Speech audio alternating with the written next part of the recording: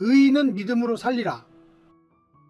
하박국서 2장에 의인은 믿음으로 살리라 라고 기록되어 있습니다. 이 말씀을 사도 바울과 히브리서 저자도 인용하여 로마서와 히브리서에서 다시 증거하고 있습니다. 여기서 오늘날 우리가 깊이 생각해 보아야 할 것은 어떻게 하는 것이 믿음으로 사는 것인가의 문제입니다. 대부분의 사람들이 믿음으로 산다는 것은 그저 교회에 나와 예배를 드리고 기도 드리는 것이라고 생각하고 있을 것입니다. 그러나 믿음으로 산다는 것은 우리의 생각처럼 그리 간단한 일이 아닙니다. 하박국 선지자가 이와 같은 글을 남기게 된 이유는 세상에 죄악이 만연해 있는데 왜 하나님께서는 세상을 심판하시지 않으시고 의인이 당하는 고통을 내버려 두시나라는 불평에서 기록한 것입니다. 사실 그때나 지금이나 세상에서 성공하는 사람들은 거의 자기밖에 모르고 온갖 부정과 부패를 저지르며 자신의 이익을 위해서라면 물불을 안 가립니다.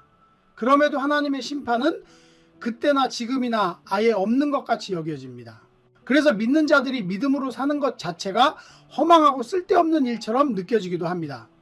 하박국 선지자는 악인이 의로운 사람을 삼키는 상황인데도 하나님께서는 어찌하여 가만히 계시냐고 따지기까지 합니다. 실로 그 당시나 오늘날이나 별반 다를 바가 없는 것 같습니다. 그러나 이러한 현상은 오래전부터 지금까지 늘 되풀이되는 일입니다. 믿음 없는 사람들은 오로지 자신의 이익과 성공을 위해 가난하고 연약한 자들을 착취하고 부정한 방법으로 재물을 쌓아왔습니다.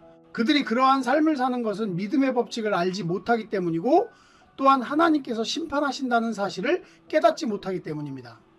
하박국 선지자도 의인이 당하는 고통과 악인이 득세하는 세상을 보면서 마음에 분노와 절망이 차고 넘쳤기에 하나님께 따지듯 물었던 것입니다. 오늘날의 믿는 자들이 믿음으로 살고자 할지라도 오히려 안 믿는 자들이 득세하고 부유한 것을 보게 되면 하박국 선지자처럼 하나님께 따지고 싶은 심정이 드는 것은 동일할 것입니다. 그러나 믿는 자는 세상적인 것과 물질적인 것에 마음을 집중해서는 안 됩니다.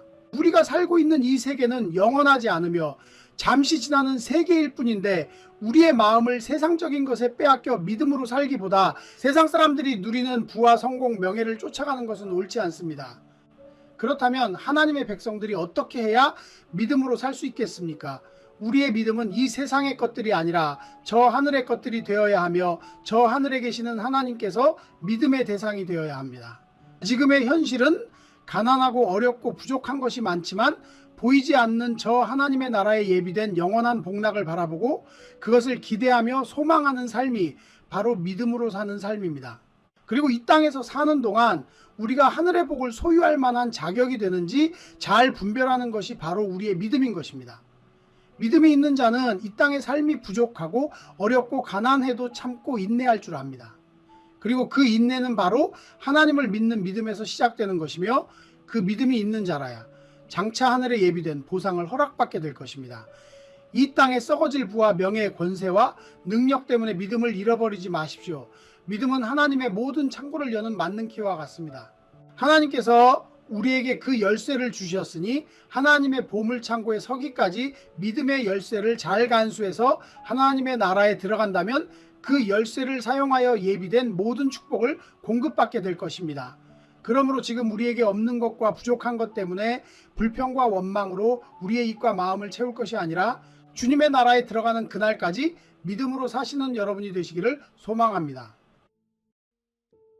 구독, 좋아요, 알림 설정 해주세요. Subscribe, like, set notifications.